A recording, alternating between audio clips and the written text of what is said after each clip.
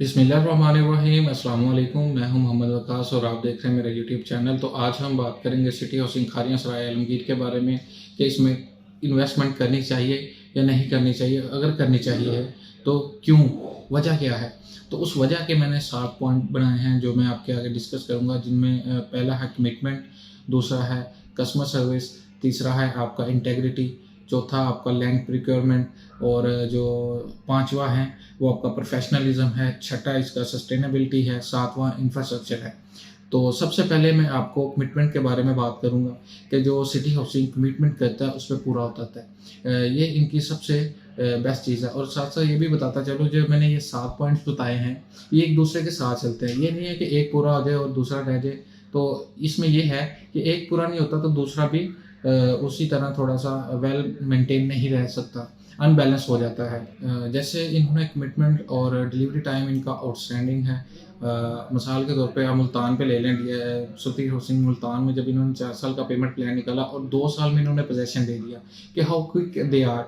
किस मैनेजमेंट इनकी टीम को दाद देनी चाहिए कि किस तरीके से ये काम करते हैं, और इनके जो डेवलपर्स हैं आउटस्टैंडिंग, इनका काम मजबूत और आला पायदार होता है, जो आगे हम बात करेंगे। फिर आगे आते हैं कस्टमर सर्विस। जो ये कस्टमर अपने जो कस्टमर्स हैं उनको क्या सर्विस देते हैं, हर तरह की ये एमिनिटीज़, फैसिलिटीज़ और लग्जरी लाइफस्टाइल इन्होंने दिया है सिटी हाउसिंग के डेवलपर्स ने, जहाँ भी इन्होंने काम किया। 5 शहरों में अब तक काम किया है, गुजरांवाला, सियालकोट, फैसलाबाद, मुल्तान और जेहलम में। और छठा ये हमारा है खारियां सराय आलमगीर। अपने कस्टमर्स को स्कूल्स, कॉलेजेस और हॉस्पिटल्स, बच्चों के लिए ज़ू, पार्क्स और हर चीज़ की इम्यूनिटीज़ ये इन्होंने दे रखी है, जो इसको एक कामयाब प्रोजेक्ट बनाने में अहम किरदार अदा करते हैं। जो तीसरा हमारा पॉइंट है वो इंटेग्रिटी है कि इंटेग्रिटी का वर्ड जो है उसका मतलब क्या है कि the quality of being honest and having strong moral principles. कि इन्होंने जो भी अपने कस्टमर से, अपने इन्वेस्टर से जो भी वादा किया उस पर पूरा उतरे हैं, और इनमें एक प्रिंसिपल है उसके तहत चलते हैं। एक रूल्स एंड रेगुलेशंस हैं, इनके डेवलपर्स के हों, चाहे इनकी मैनेजमेंट टीम के हों, चाहे इनकी अंदर जो ऑफिस स्टाफ हो, ईच एंड थिंग उनमें सब प्रोफेशनलिज्म नज़र आ रहा है कि बखूबी से वो अपना काम कर रहे हैं। और ज़रा भी इनमें जो है कस्टमर्स को थोड़ा सा भी कंप्लेन है तो उसे फौरी हल करने की कोशिश करते हैं। ये आप जाके जो है सोसाइटी में जो रह रहे हैं उनसे आप फीडबैक ले सकते हैं कि सिटी हाउसिंग की मैनेजमेंट कैसी है। तो उसके बाद जो हमारा पॉइंट है लैंड प्रिक्योरमेंट का है। तो जो देखिए पाकिस्तान पूरे में जो भी सोसाइटीज़ बनते हैं सबसे बड़ा मसला उन्हें लैंड प्रिक्योरमेंट में आता है कि लैंड क्लियर करवाने में आता है, उनका रकबा क्लियर नहीं हो पाता। लेकिन सिटी हाउसिंग एक ऐसा अदारा है कि पूरे पाकिस्तान में जहाँ भी इन्होंने काम किया, सबसे पहले इन्होंने अपनी लैंड क्लियर करवाई है, फिर इन्होंने डेवलप किए हैं, फिर मैप लेके आए, फिर बैलेट किए, फिर प्लाट बनाए, और बाद में इनका कोई ऐसा सीन नज़र में नहीं आया। तो उसके बाद जो हमारा है पांचवा प्रोफेशनलिज्म, कि किस एफिशिएंसी से, किस रिप्यूट से ये काम करते हैं, और इनकी काम करने की एफिशिएंसी होती है काम को करने का तरीका, उसमें और बेहतरी लाई जाए।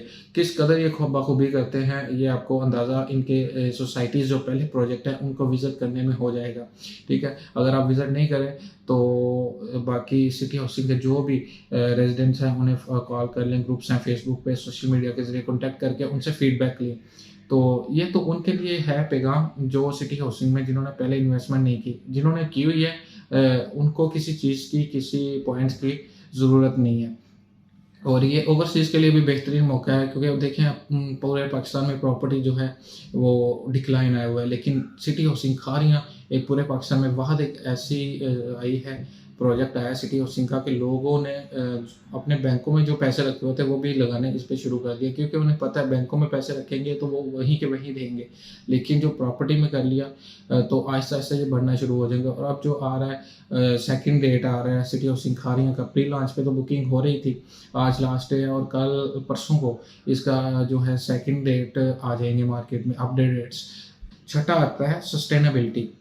और सस्टेनेबिलिटी क्या है कि पायदार या मजबूती वाला ये भी काम करते हैं कि वैसे ही बस इनका जो है बातें ही मारते हैं, नहीं, बहुत बेहतरीन अंदाज से करते हैं। लेविश लाइफस्टाइल जो दिया हुआ है इन्होंने अपने कस्टमर्स को, दे आर अनबिलीवेबल। अपने इन्वेस्टर्स को, अपने जो बिजनेसमैन हैं इनके, और जो इनके डीलर्स हैं, ये सबको प्रमोट करते हैं और माशरे में सब चीज़ें साथ लेके चलना पड़ती हैं। इसी तरह सिटी हाउसिंग जो है अपने इन्वेस्टर्स को, डीलर्स को और जो बिज़नेसमैन हैं अपने कस्टमर्स को हमेशा साथ लेके चलता है और वो उससे फ़ायदेमंद रहे हैं अभी तक।